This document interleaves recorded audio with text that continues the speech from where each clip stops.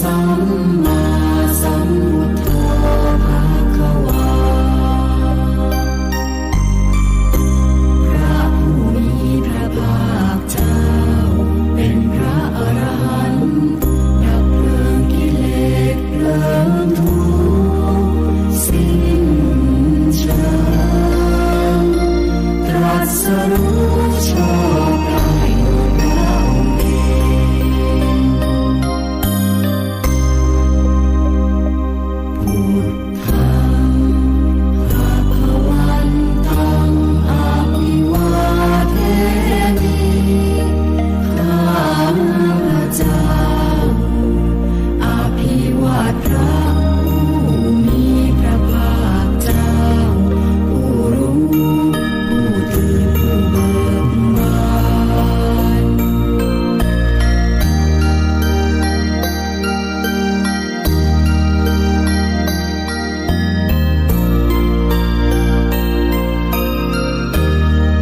สวากขาโตภะคะวะตาธัมโมพระธรรมเป็นธรรมที่พระผู้มีพระภาคเจ้าตรัสไว้ดีแล้วธัมมังนามัสสามิข้าพเจ้านมัสการพระธรรม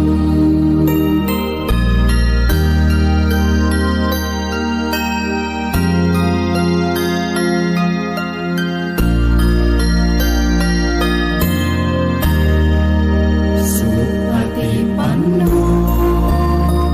ภะคะวะโตสาวกสังโฆพระสงฆ์สาวกของพระผู้มีพระภาคเจ้าปฏิบัติดีแล้วสังฆังนามามิข้าพเจ้านอบน้อมพระสงฆ์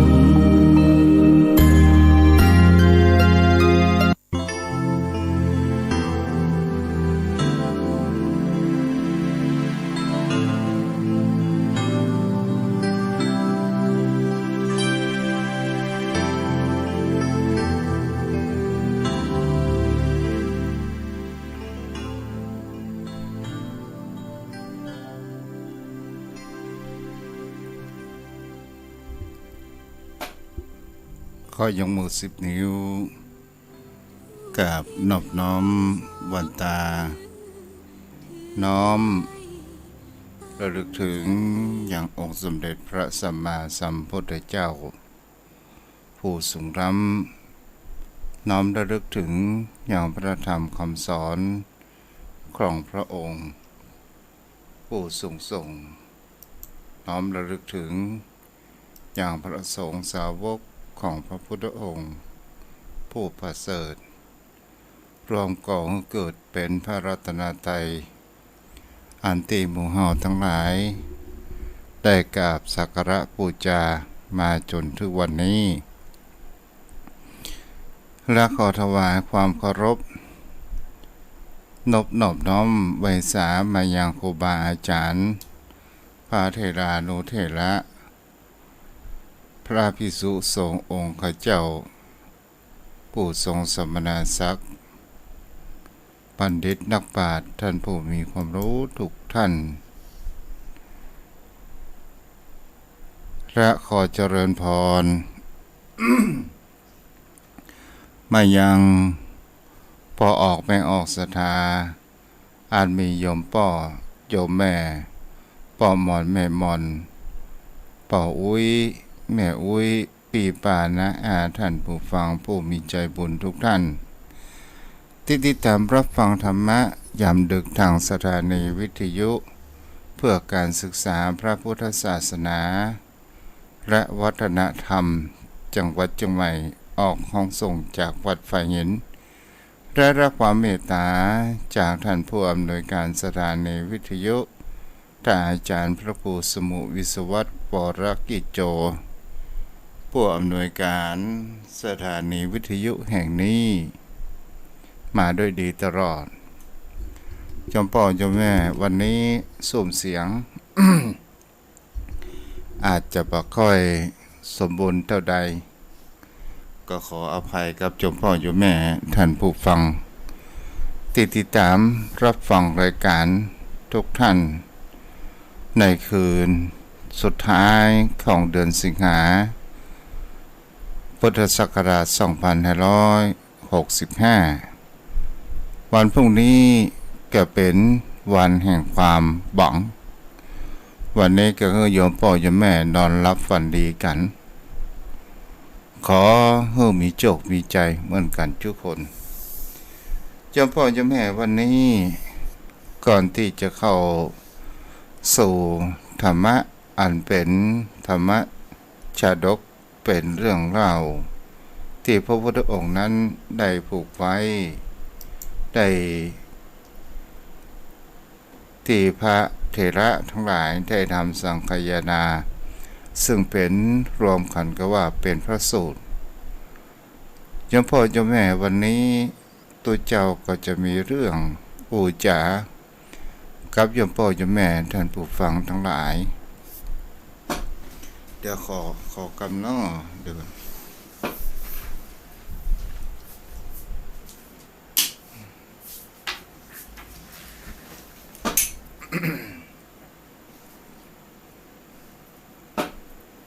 เสียงบ่ค่อยนี้ตาใดเนาะโยมพ่อโยมแม่ก็บ่เป็นหยังก็ได้อู้กันไปส่มเสียงบอกค่อยสมบูรณ์รู้สึกว่าเหมือนกับจะเป็นวัดเป็นเรื่องธรรมชาติเป็นเรื่องธรรมดาโยมพ่อโยมแม่วันนี้ตัวเจ้าก็มีข่าวประชาสัมพันธ์กันก็คือในวันที่15กันยายนที่จะมาถึงห้ามปกี่วันทั้งหน้านี้ซึ่งเป็นวันคล้ายวันเกิดปีนี้ตัวเจ้าก็ได้ทำบุญอายุวัฒนมงคลก็ได้นิมนต์พระสงฆ์องค์ข้าเจ้าพระเถรานุเถระจำนวนหลายรูปกับประมาณสัก15รูปโยมพ่อโยมแม่ท่านใดที่มีจิตใจเจตนาอยากจะเป็นเจ้าภาพสังฆทานชุดละ 2,000 บาทหรือตามกำลังของโยมพ่อโยมแม่ท่านผู้ฟังทั้งหลายซึ่งตู้กับเคยจัดในงานอายุวัฒนมงคลหึ่งกับต้นตัวของทุกเจ้าปีนี้ก็หันว่ามัน47ย่างเข้า48ก็เลยทำเจ้าพ่อเจ้าแม่วันนี้เราก็มาอยู่กับกันวันนี้จะอู้ในเรื่องแห่งคำว่าคนเฮานั้นบางครั้งบางคราวเป็นสิ่งที่ไม่ยอมรับความจริงและผู้คนเฮานั้นจะมองโลกไปในทางผู้อื่นว่าผู้อื่นนั้นผิดอยู่เสมอล่ำไปและตัวเองนั้นมามีความผิดอย่างนี้เป็นต้นมีเรื่องราวให้โยมพ่อโยมแม่ได้รับฟังกันเพื่อคลายเหงาก็เรื่องมีอยู่ว่ามันมี2สามีภรรยาคู่หนึ่งสามีภรรยาคู่นี้เป็นสิ่งที่จะหันได้ว่าวันเวลาผ่านไปก็อยู่ด้วยกันได้อย่างมีความสุขแต่ทุกสิ่งทุกอย่างนั้นมันก็จะต้องมีความเสื่อมเกิดขึ้นบังเอิญผัวนั้นก็มีความเข้าใจว่าภรรยาของตัวเองนี้หูคงจะเสื่อมในการรับฟังขึ้นรับฟังในการที่ว่าบ้านเฮาก็ฮ้องว่าหูหนวกโยมพ่อโยมแม่ก็เป็นสิ่งที่ผู้คนเฮานั้นก็จะหันได้ว่าทางด้านการรับเสียงของผู้คนเฮา พ่อใจคนนี้ก็ได้อู้กับจ๋าอู้กับภรรยาอู้ไปแล้วภรรยานั้นก็เหมือนกับว่าภรรยานั้นบ่ได้ยินก็เลยเอาเรื่องนี้ไปปรึกษากับเพื่อนฝูงก็บอกว่าเพื่อนเอ้ยที่คุณหมอบอกว่าถ้าว่าเราจะหู้ว่าคนที่จะมีหูตึงก็คือเราใช้ระยะในการอู้ก็คือ1ประมาณ7 เม็ด2 5 เม็ด3 เม็ด4ก็คือไข้ตัวโยมพ่อโยมแม่โยมปลอดใจผู้นี้ก็ได้กลับจากการทำงานนั้นปิกมาก็เลยอยู่ประมาณ7 เม็ดบังเอิญวันนั้นภรรยาได้ทำอาหารการกินโยมพ่อโยมแม่แกก็อยู่7 เม็ดแกก็ได้เอิ้นว่าแม่มันเนี่ยยังกิน เดี๋ยวขออภัย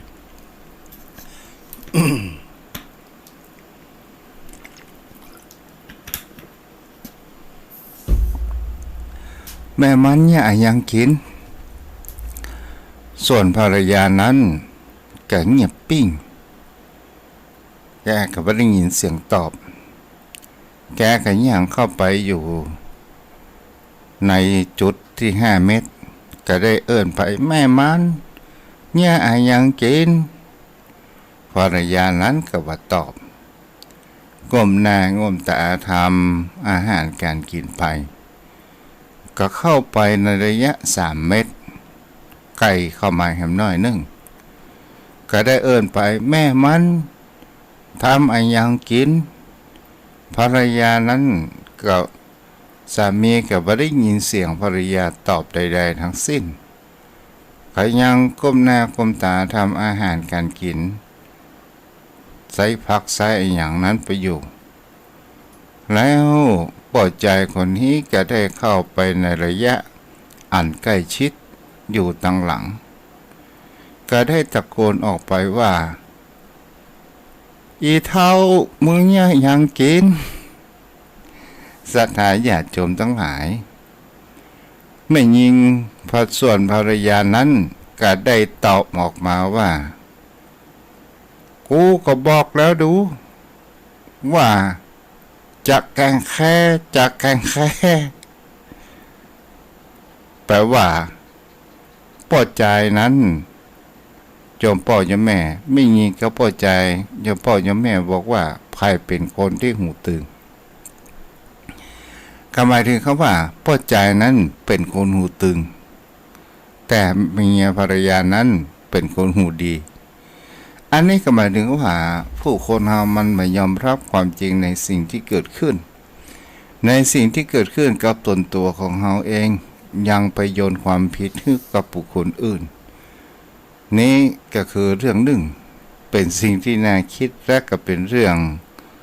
ขำขันให้โยมพ่อโยมแม่ได้รับฟังกันในคืนนี้ต่อมาแหมเรื่องหนึ่งโยมพ่อโยมแม่ได้รับฟัง2 เรื่องติดต่อกันไปมามีคำว่าพักขายยาในวันนี้นะเนาะ เรื่องที่2ก็แปลว่าผู้คนเฮานั้นจะไปนึกว่าตัวเองนั้นเป็นคนที่มีความแข็งแกร่งเหนือฟ้ายังมีฟ้าเหนือมาม่ายังมียำ เป็นสิ่งที่เราจะหันกันถึงไปแล้วเปิ้นว่าตะก่อนภูเขากับผู้คนนี้อันนี้มันเป็นปรำปราโยมพ่อโยมแม่ก็คิดไปเด้อว่าดอยได้กับคน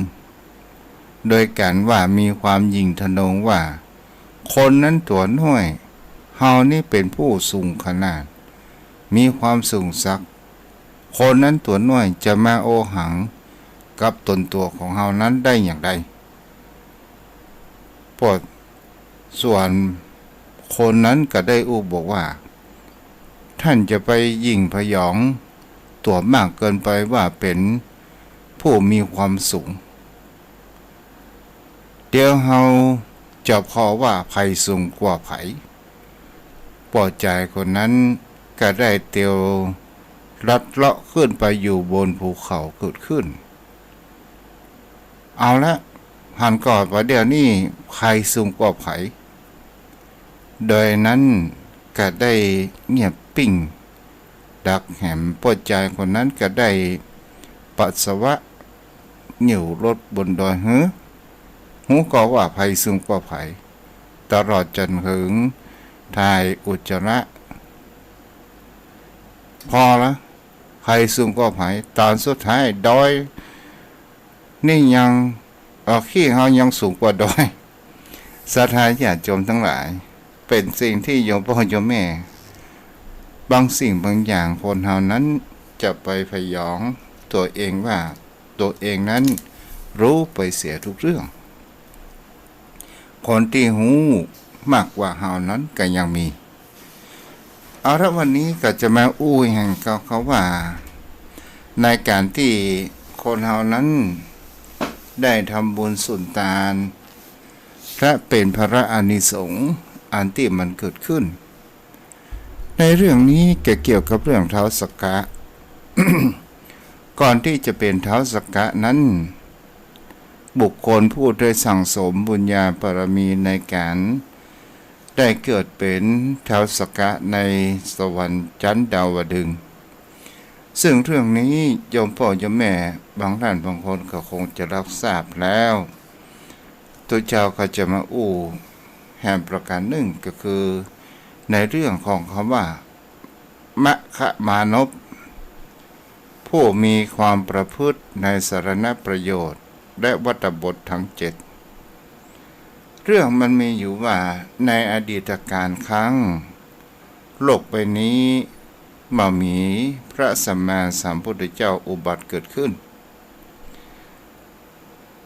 มีมานพชื่อว่ามัคคะซึ่งอาศัยอยู่แห่งเขาว่าจรคามในแคว้นมัคและผู้คนผู้นี้เป็นคนที่ออกจากเรือนในทำธุระส่วนตัวและก็ไปทำกิจการต่างๆและในการงานหมู่บ้านและเป็นผู้คนผู้มีจิตอาสาในการทำสาธารณประโยชน์เกิดขึ้นมรรคมนพนี้เริ่มบำเพ็ญกุศลสาธารณะและก็มีมนุษย์คนอื่นๆที่หันประโยชน์เกิดขึ้นก็ได้เกิดแห่งคำว่ารวมกลุ่มกันช่วยเหลือกันอยู่33คนตัวกัน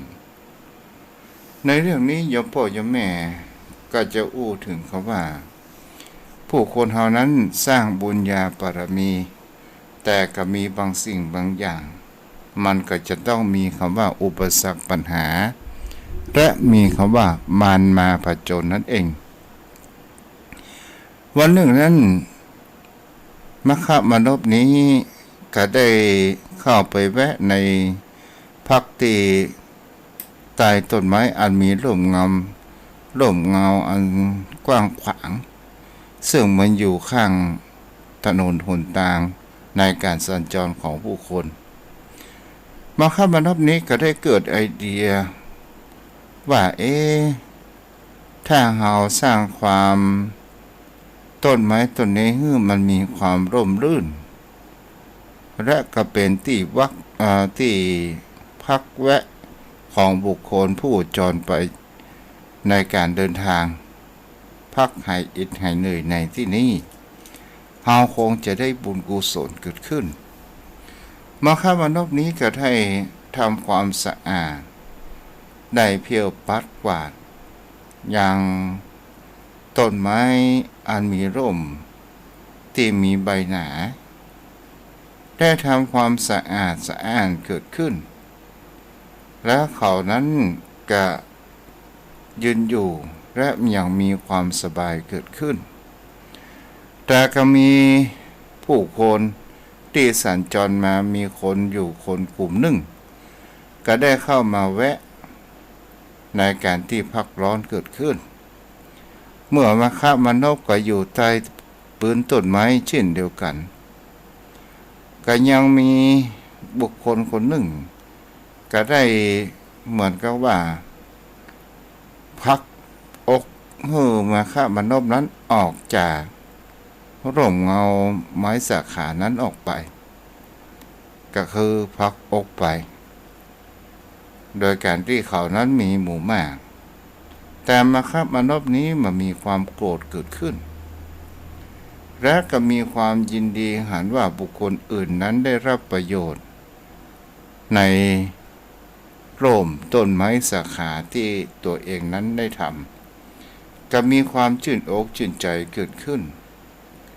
และก็เป็นสิ่งที่จะหันได้ว่าถ้าเราทำความ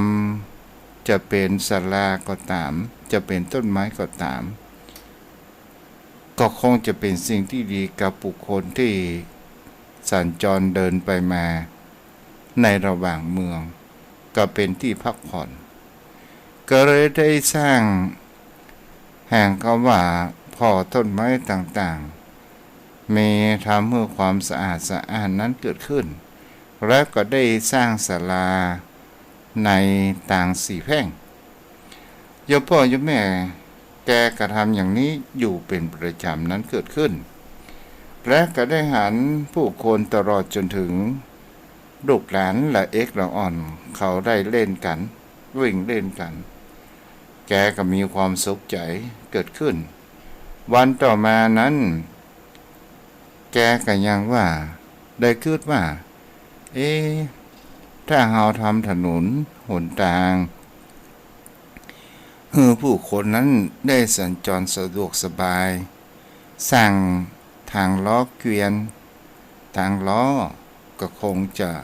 มีความสะดวกสบายนั้นเกิดขึ้นก็ได้ความตั้งใจประการเช่นนี้มาฆมนพนี้ก็ได้ถือเอายังจอบและเสียมและมีดต่างๆไปเพียบปัดกวาดยังถนนหนทางเกิดขึ้นและก็ก่อให้เกิดแห่งคำว่าบุคคลผู้อันเป็นมาฆมนพเป็นมนพเช่นเดียวกันก็ได้หันมาฆมนพก็ได้ถามว่าท่าน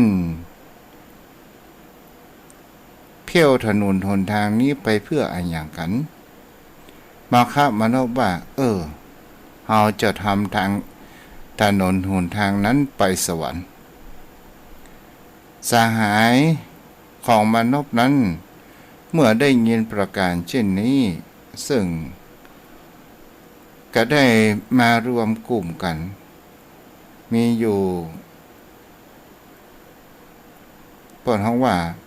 มีรวมอยู่กันอยู่3รวมถึงตัวของมาฆมนพมีอยู่13คนด้วยกัน33คนโยมพ่อโยมแม่ก็เป็นสิ่งที่จะหันได้ว่าพวกมนุษย์มาฆมนพและสหายของเพื่อนนี้ได้ทำถนนหนทางได้ปรับปรุงถนนหนทางไปทีละโยชน์2โยชน์3โยชน์เป็นสิ่งที่จะหันกันได้ในการที่ทำดีทำสาธารณประโยชน์เกิดขึ้นมันก็จะต้องมีคำว่าความขัดเคืองของบุคคลผู้หลักผู้ใหญ่เหมือนกับว่าล้ำหน้าล้ำตาในที่นี้ก็อู้ถึงคำว่าบุคคลผู้อันเป็นจ่าบ้านหรือว่าเป็นป้นหลวงตามภาษาบ้านเฮาป้นหลวงในหมู่บ้านอาจรคามนี้ก็เป็นบุคคลที่ว่ามีจิตใจอันเป็นคนพาลมีจิตใจแห่งความอิจฉาริษยากันอยู่แม่ก็เลยหันว่ามาฆมนพกับพวกเขาเหล่านี้ทำอะไรอย่างกันแน่แล้วเราจะเอาเขาเหล่านั้นซึ่งเป็นคนหนุ่มคนกำเราจะทำให้เขานั้น เข้าป่าล่าเนื้อของเฮาล่าเนื้อสัตว์ป่าต่างๆฆ่าแล้วเอามาย่างมากินแก้มกับเหล้าต่างๆนานาเจ้าพ่อเจ้าแม่นี่ก็คือความคิดของผู้เป็นอันแพงเขาว่าเป็นผู้หลวงบ้านเมื่อไปถามกับมาคมนพตลอดจนถึงสหาย33คนก็ว่าสู่เขาทำอะไรอย่างกันมาคมนพก็ได้กับพักพวกก็ได้บอกว่าเฮาจะทำทางไปสวรรค์สู่เขานี่อู้ไปเลยทำทางไปสวรรค์เอาอย่างนี้ดีกว่าสู่เขามาช่วยพ่อหลวงไปล่าสัตว์แล้วเอามาทำอาหารการกินประทังชีวิตของหมู่เฮากันไปธรรมดาคนหนุ่มเนี่ยเป็นสิ่งที่เฮาทำมาหากินอะไรอย่างก็ได้แล้วทำไมเฮาต้องมาทำถนนหนทางนี้เป็นหน้าที่ของพระเจ้าแผ่นดินโดที่จะสร้างทหารมาเพี้ยวปัดกวาดเนี่ยมาคมนพก็บอกว่าเป็นอย่างพ่อหลวงเฮากะเพี้ยวปัดกวาดไปเฮาจะบำเพ็ญประโยชน์เฮาจะสร้างทางไปสวรรค์พ่อหลวงนี่ก็ว่าสู่เขานี่เป็นผีบ้าสาธารณชนทั้งหลายส่วนมาคมนพกับสหายนั้นก็มามีความโกรธใดๆทั้งสิ้นแต่พ่อหลวงบ้านนั้นก็ยังมีแห่งเขาว่าพ่อหลวงบ้านนั้นเกิดแห่งเขาว่ามีความโทสะเกิดขึ้นในการที่บุคคลมนุษย์ทั้ง33คนนี้ไม่ยอมก้มหัวและก็เป็นสิ่งที่จะเห็นได้ว่าพ่อหลวงบ้านนั้นก็เกิดแห่งเขาว่าอาฆาตเมื่อเกิดอาฆาตแล้วก็เป็นสิ่งที่จะเห็นได้ว่าพวกเหล่านี้เนี่ยในเมื่อบาสวาวิภักดิ์กับตนตัวของเ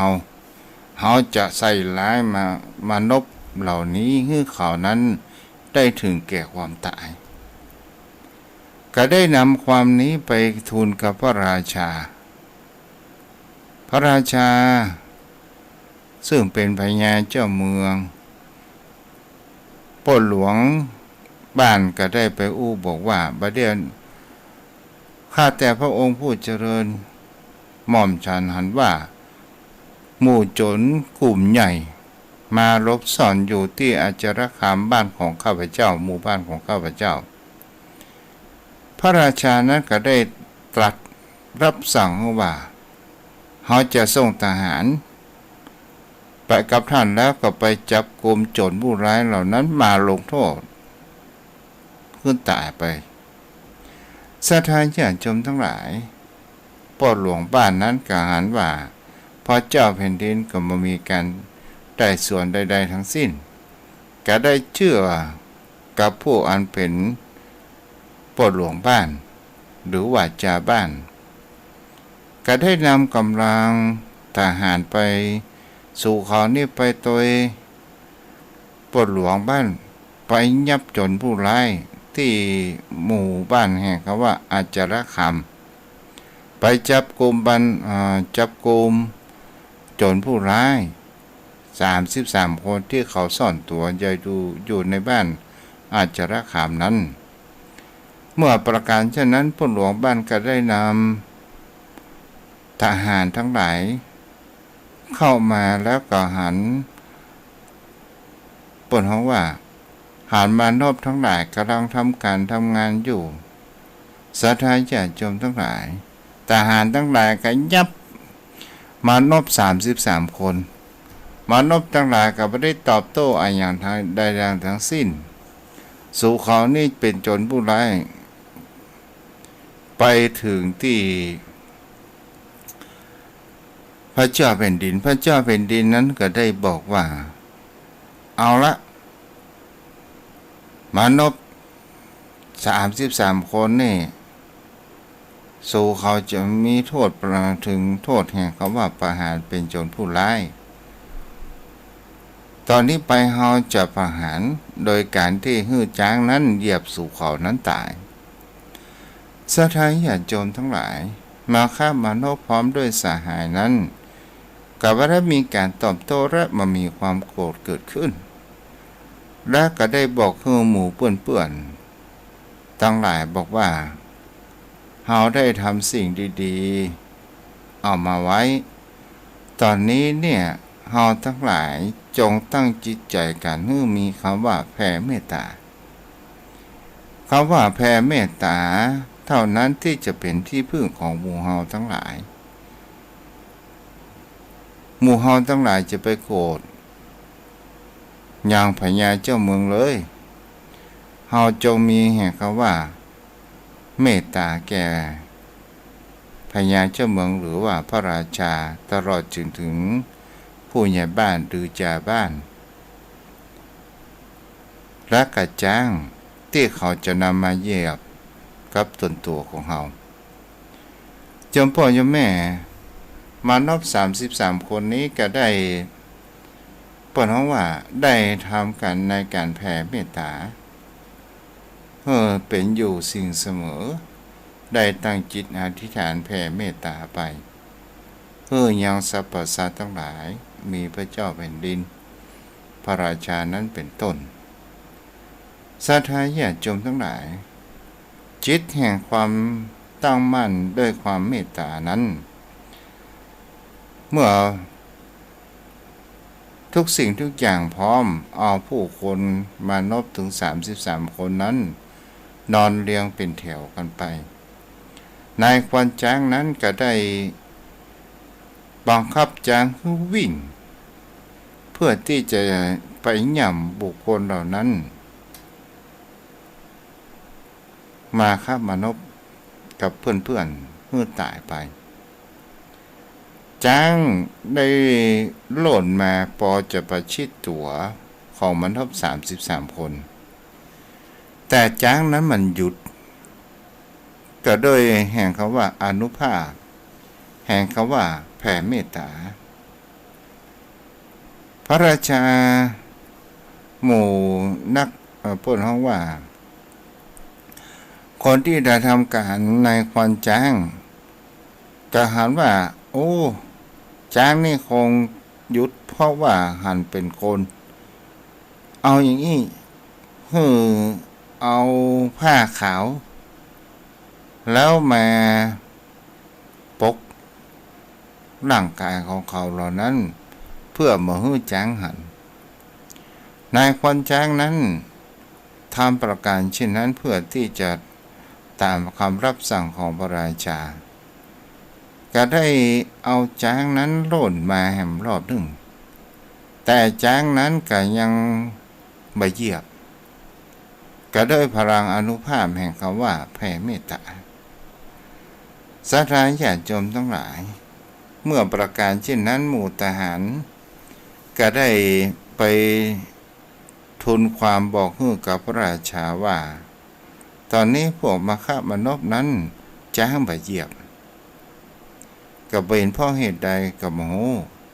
หมดความสามารถของหมู่ข้าพเจ้าพระเจ้าข้าศรัทธาญาติโยมทั้งหลายพระราชาก็รับสั่งว่าอ่านสู่เขามาเอามานบหมู่โจรทั้งหลายเนี่ยเอาเข้ามาท้องพระโรงเฮาจะไต่สวนเอง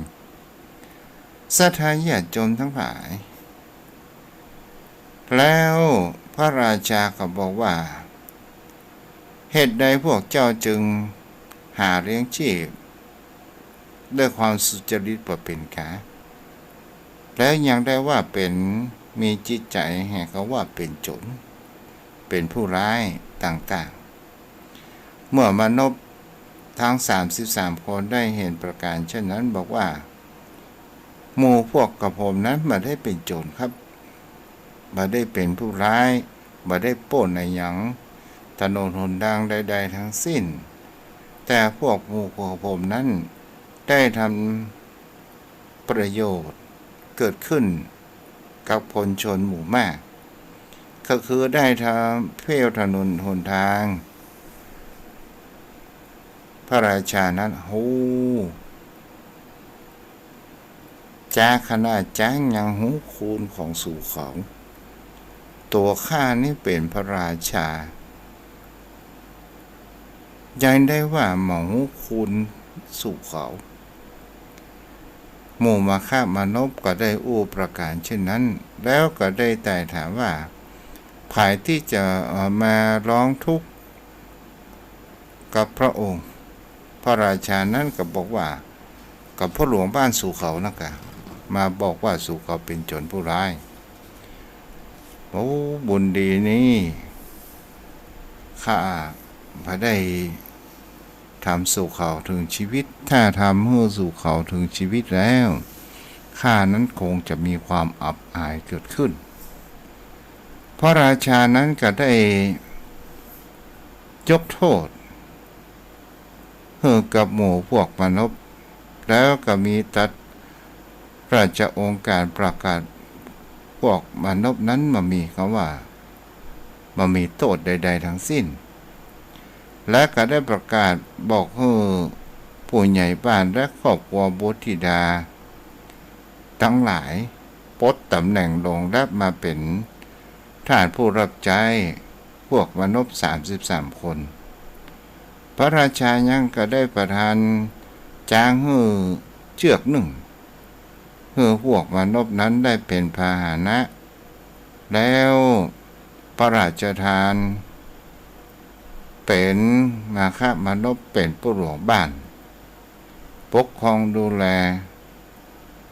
ในอาจารคามเป็นสิ่งที่อาจารคามก็คือคามะแปลว่าบ้านเลยโยมแม่โยมพ่อโยมแม่เนาะอาจารคามก็คือบ้านอาจารคามแล้วมาฆมานพนั้นก็ได้บอกว่านี่หมู่เฮาหันก่อว่าบุญนั้นมีจริงด้วยพลังแห่งความที่หมู่เฮานั้นได้สั่งสมได้ทำสิ่งดีๆนั้นเกิดขึ้นจะเป็นการที่เฮาได้สร้างศาลาที่พักหลังใหญ่ในทาง4 แพร่งตลอดจนถึงสร้างความร่มรื่นให้กับต้นไม้ต่างๆเวลาคนเขาสัญจรมาให้เขานั้นได้พักอาศัยตลอดจนถึงพลังแห่งความว่าเมตตาแผ่เมตตาเป็นสิ่งที่ผู้คนเฮานั้นหาได้หรือไม่ตอนนี้ไปเฮาจะสร้างศาลานั้นหลังใหญ่โดยการที่ว่าหมู่เฮานั้นจะบำเพ็ญบุญร่วมกันเฉพาะผู้เป็นบุรุษเท่านั้นเราบอกให้แก่บรรดาภรรยาหรือไผ่ที่เป็นสตรีนั้นให้รับรู้มาฆมานพนั้นเป็นกับมาฆมานพครอบครัวของมาฆมานพนั้นมีแห่งคำว่าภรรยาอยู่4 คนด้วยกัน1ก็คือนางสุนันทา2นางสุจิตา3คือนางสุธรรมา4นางสุจดาสุทั้งหมดสถาญาติโยมทั้งหลายและกล่าวได้ว่านางสุธรรมานี้พอได้รับทราบข่าวว่าสามีของตัวเองตลอดจนถึงสหายอันเป็นมาฆมานพได้สร้างศาลาหลังใหญ่อยู่ทาง4 แพร่งเพื่อเป็นที่พักอาศัยบุคคลที่เดินในการข้ามเมืองเป็นที่พักร้อนตลอดจนถึงเป็นที่พักผ่อนให้กับบุคคลที่เดินทางมาและพักค้างน้ำแดงเกิดขึ้นศรัทธาญาติโยมทั้งหลายแต่นางสุธรรมานั้นก็โดยการที่ว่าเฮาอยากจะสร้างศาลาเฮาอยากจะให้ศาลานี้เป็นชื่อของเฮาและก็มีความคิดว่าโอ้ศาลาหลังนี้ยังขาดเจ้าฟ้าอยู่และเฮาจะให้ช่างนั้นได้สลักชื่อว่าสุธรรมาเอาไว้ที่เจ้าฟ้าก็เลยได้อู้จ๋าติดสิทธิ์มนต์ช่างไม้ว่า ศาลาอย่างนั้นไม่เลี้ยงบัดเดี๋ยวเนี่ยค้างจอบฟ้าเนี่ยเฮาเขาได้จอบฟ้าเป็นชื่อของเฮามันจะดีว่ากันเดียวโป้เรียกว่าจะว่าเฮ้อกะมาเป็นหยังเอาแล้วจะมีสิ่งที่ตอบแทนเอาสตางค์ไปในช่างนั้นก็ได้บอกว่าได้ไม่เลี้ยงก็ได้เสาะไม้และกระถากแปลงแห่งเขาว่าจอบฟ้า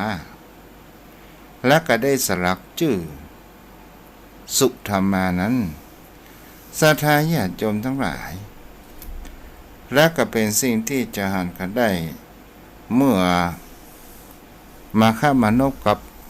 สหายก็ได้มาอู้จากันแล้วก็ศาลาหรือว่าในช่างก็ได้บอกว่าบัดเดี๋ยวนี้ศาลาหลังใหญ่นี้อันจะเป็นที่พักผ่อนที่พักร้อนของบุคคลผู้จนมาในทั้งสี่ทิศบัดเดี๋ยวนี้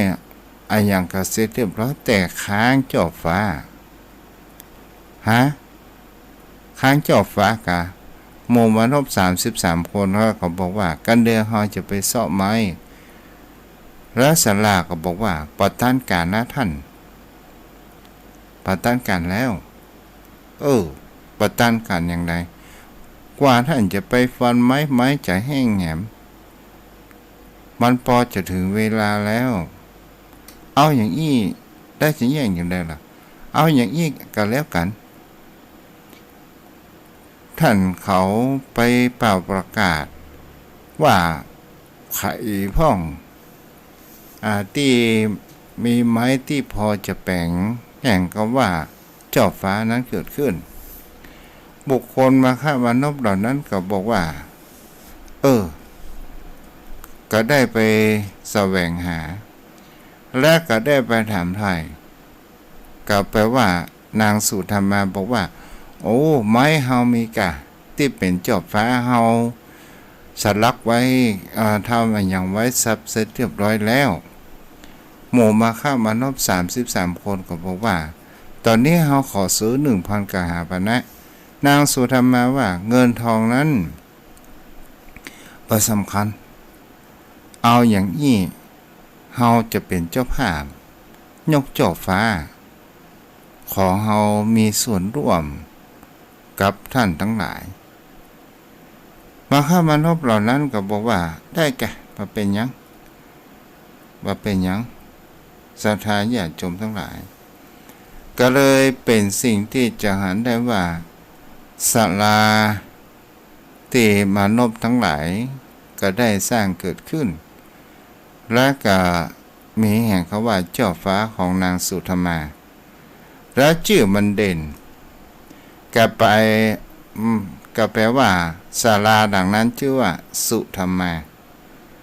แต่เขาก็บอกอู้ถึงแห่งเขาว่ามาฆ่ามนุษย์ทั้ง33 คนเป็นผู้สร้างนี่เราศรัทธาญาติโยมทั้งหลายเป็นสิ่งที่มาแห่งเขาว่าไผก็อยากจะเป็นเจ้าภาพจอบฟ้าอย่างนี้เป็นต้นศรัทธาญาติโยมทั้งหลายเป็นสิ่งที่ผู้คนเฮานั้นมันก็มีแห่งเขาว่าพอถึงฤกษ์ดียามดีก็ได้ยกเจ้าฟ้าเกิดขึ้นประดับประดาศาลานั้นการเปิดใจศาลานั้นผ่านพ้นไปได้ด้วยดีศาลาหลังใหญ่นี้แบ่งเป็นส่วน3 ส่วนด้วยกันส่วนสำหรับต้อนรับอิสระชนก็หมายคือผู้รักผู้ใหญ่เช่นพระมหากษัตริย์ส่วนถึงสำหรับไว้คนทุกข์ยากคนเข็ญใจที่เดินทางมาและก็หาที่พักบ่ได้ก็ฮื้อมาพักที่ศาลาหลังนี้ส่วนที่3เอาไว้สำหรับผู้บุคคลผู้เจ็บป่วยและบ่มีที่อยู่อาศัยศาลาหลังนี้ก็คงจะมีแห่งเขาว่ากว้างขนาดศรัทธาญาติโยมทั้งหลายเป็นสิ่งที่จะเห็นได้ว่า นี่เป็นสิ่งที่ผู้คนเฮานั้นได้ในการที่สร้างสราต่อมามีภรรยาแหมสามคน คือมีสุจิตาและสุนันทาสุจิตาสาธาญาติโยมทั้งหลายภรรยาทั้งสองคนนี้กล่าวหันได้ว่าโอ้ไอ้ยังก็เป็นชื่อสุธรรมาไปเสียหมดแต่เฮาก็บ่ได้คิดบ่ได้สร้างอันหยังฝ่ายนางสุนันทาก็คิดว่าสามีของเฮาและพร้อมกับด้วยเพื่อนก็ร่วมทำบุญกันแล้วเฮาจะทำอันหยังกันดีเจ้าฟ้าปีสุธรรมานั้นก็นางสุธรรมานั้นก็รับไปเสียแล้วเฮาจะทำอันหยังดีนางสุนันทาก็ได้หันว่าเฮาควรที่จะทำสระน้ำปกรณีน้ำกินน้ำใจไว้ให้กับผู้คนให้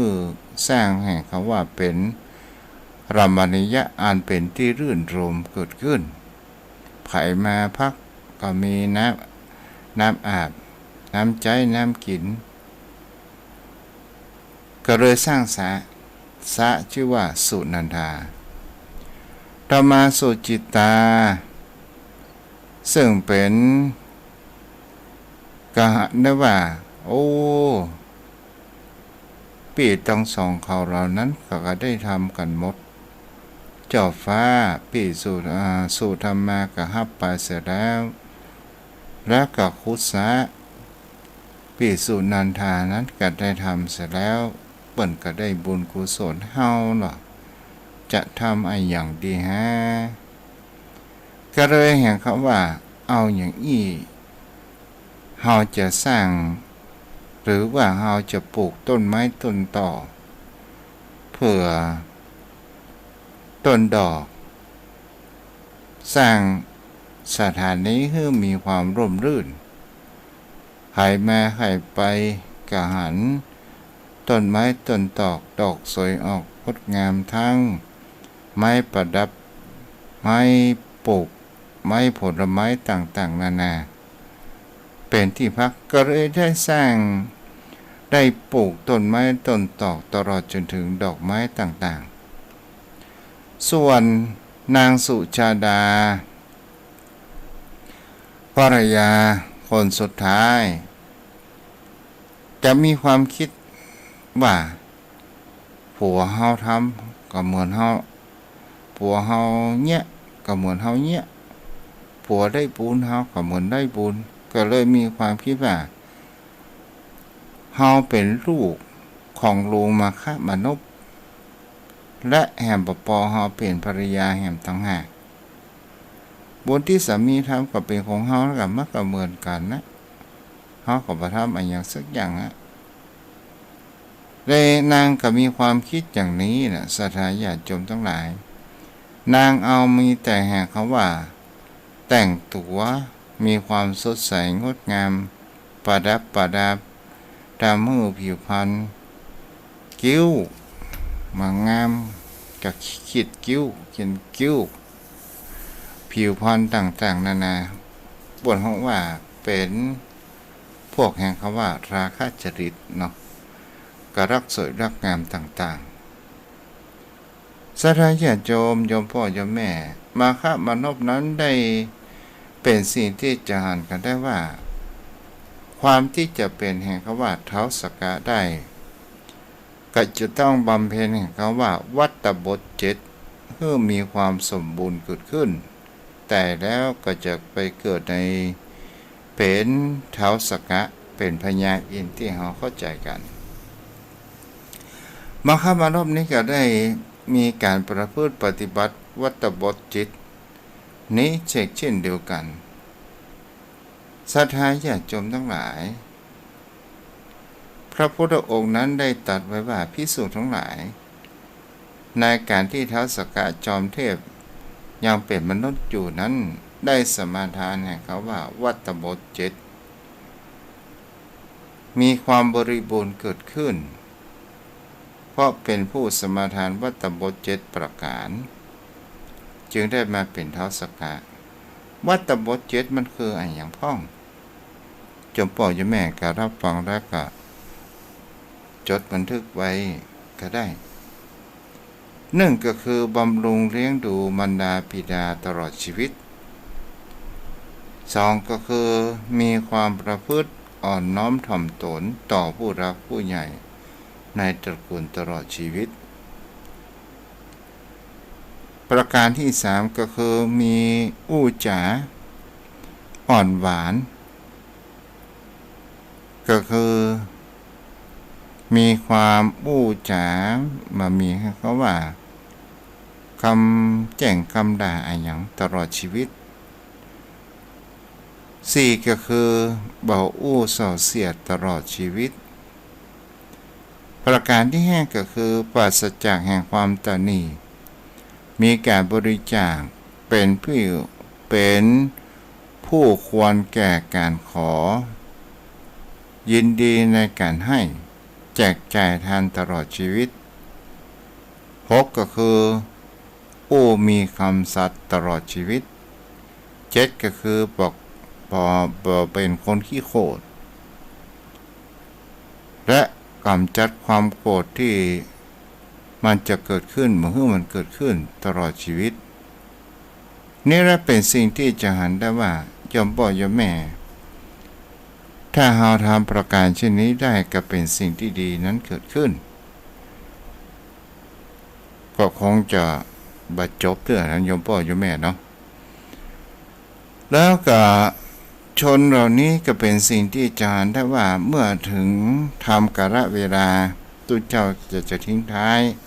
คงจะมาต่อในพุทธหน้าเนาะเมื่อมาคาบมานพพร้อมด้วยสหายตลอดจนถึงภรรยาทั้งสี่มาคาบมานพนั้นได้ทำกาละก็คือเสี่ยงบุญในแห่งความเป็นโลกมนุษย์นี้ก็ได้เกิดเป็นท้าวสักกะอยู่ชั้นดาวดึงส์และกำหนดนายช่างไม้วิสุกรรมเทพบุตรตลอดจนถึงช้างกลับมาเป็นเทพบุตรชื่อว่าเอราวัณแล้วพวกเพื่อนทั้งหลายก็ได้เป็นเทพบุตรมีหน้าที่ต่างๆส่วนภรรยานั้นนางสุธรรมาเกิดเป็นเทพธิดาคู่พระฤทัยพร้อมกับเทวสถานชื่อว่าสุธรรมาในดาวดึงส์ส่วนนางสุนันทานั้นเกิดเป็นเทพธิดาคู่พระฤทัยอันเกิดจากอานิสงส์แห่งการว่าสร้างโบกรณีมาสามก็คือสุจิตานั้นเกิดเป็นเทพธิดาคู่พระฤทัยในการที่ได้สร้างสวนอุทยานดอกไม้มันก็เกิดในดาวดึงส์ต่อมาบุคคลสุดท้ายเนี่ยโมแต่งร่างกายประดับประดากับตัวเองและมามีแห่งเขาว่าสนใจในการทำบุญได้เกิดไปเป็นนกกระยางสีขาวที่อยู่ในหุบเขาแห่งหนึ่งในแดนมนุษย์และกลับมาฟังในติดหน้าเด้อโยมพ่อโยมแม่ในวัดพุทธหน้าเนาะแล้วก็มาพออันนี้ก็คือพระอานิสงส์ในการที่บุคคลนั้นได้ทำบุญกุศลกัน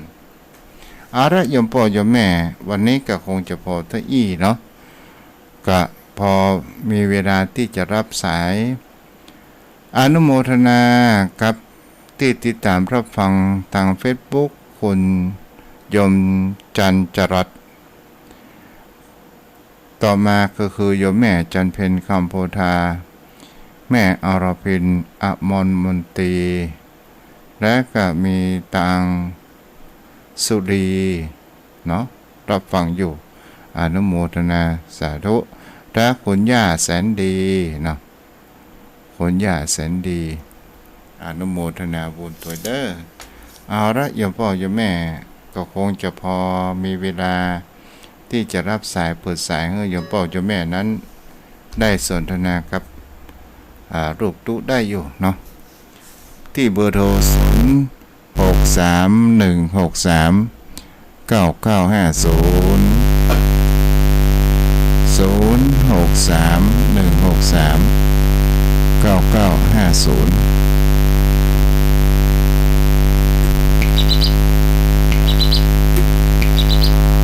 เดี๋ยวเด้อแม่เด้อฮัลโหลแม่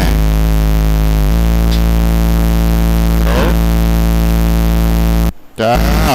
หลวงพ่อใช่ไหมครับอังโมจ้าวันนี้วันพรุ่งนี้โชคดีนะไปช่วยทำบุญมั้งจ้าขอสมพรปรารถนาเด้อนิดนึงพรุ่งนี้เนี่ยจ้าการครับค่ะไหว้สาเจ้าโทรศัพท์เข้ามาได้เด้อวันนี้ก็คงจะตั้งสายนอกไปกันเจริญพรแม่คำนวณเจ้าแม่เจ้าพระหองกำลังตึงตั้งกับกลัวต้องพ้นฟ้าห้องกันแม่เจ้ากับแม่ซาเจ้าบุญรักษาด้วยแม่เด้อใครจะโทรมาแหมฮะ0631639950วันมุกก็ติดตามแมลงเนาะ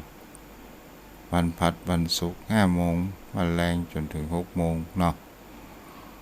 0631639950ให้อย่ารับกันหมดละก้า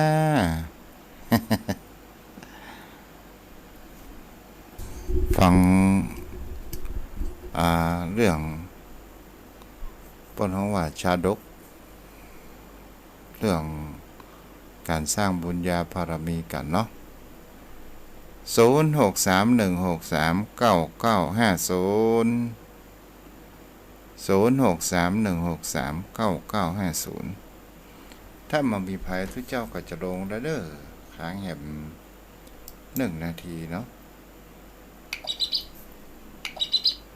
เจริญพรพระเจ้าท่านพระครูฟังอยู่นะเจ้าแม่อนุโมทนาเด้อแม่ฟังอยู่ที่ไหนตำบลละหัวแดงสักกะแปงจังหวัดเจ้าเจ้าใกล้ๆบ้านแม่พรนั่นเนาะจ้ารักษาได้ไหมเจ้า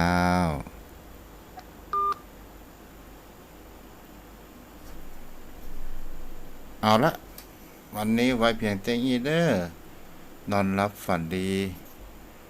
เทพบุตรเทวดารักษาเด้อนอนรับฝันดีฝันบรรพุกนี้มีโชคดีเหมือนกันเจ้าผู้ทุกคนเนาะแม่บุญเอาแม่สกะเจ้าแม่ก็รับแล้วเท้าสกะน่ะมิ่งรับไปน่าลูกต่อไปเนาะเจ้าจะวันพุธหน้าพุ่นแม่วันพุธว่าเป็นอะไรอย่างเงี้ยวันพุธจะเป็นธรรมะเนาะเจ้าสาธุเจ้าเอาละไว้เพียงแต่นี้เด้อบุญกิจบุญตารักษาอายุบโนสุขังพลัง